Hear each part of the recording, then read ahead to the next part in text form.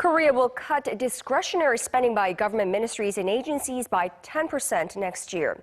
Now, this is part of a budget guideline passed in a cabinet meeting today.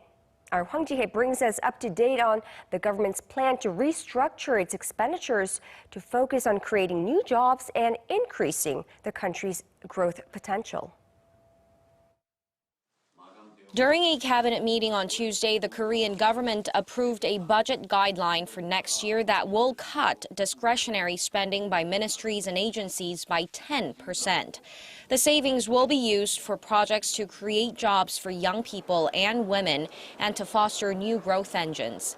In fact, a new survey requested by the Finance Ministry and conducted by Gallup Korea shows that more than a quarter of 1,000 people surveyed said the jobs sector is the most in need of fiscal spending.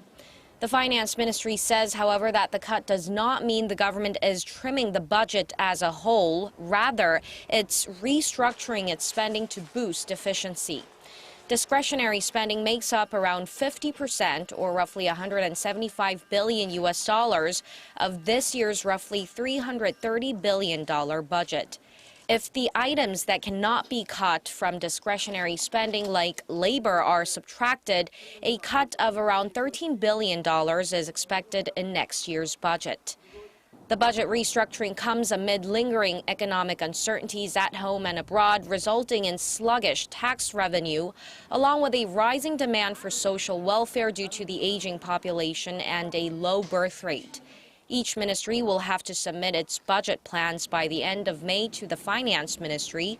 The Finance Ministry will then put it all together and conduct a review so it can submit the government's 2017 budget plan to the Parliament in early September. Hwang Ji-hye, Arirang News.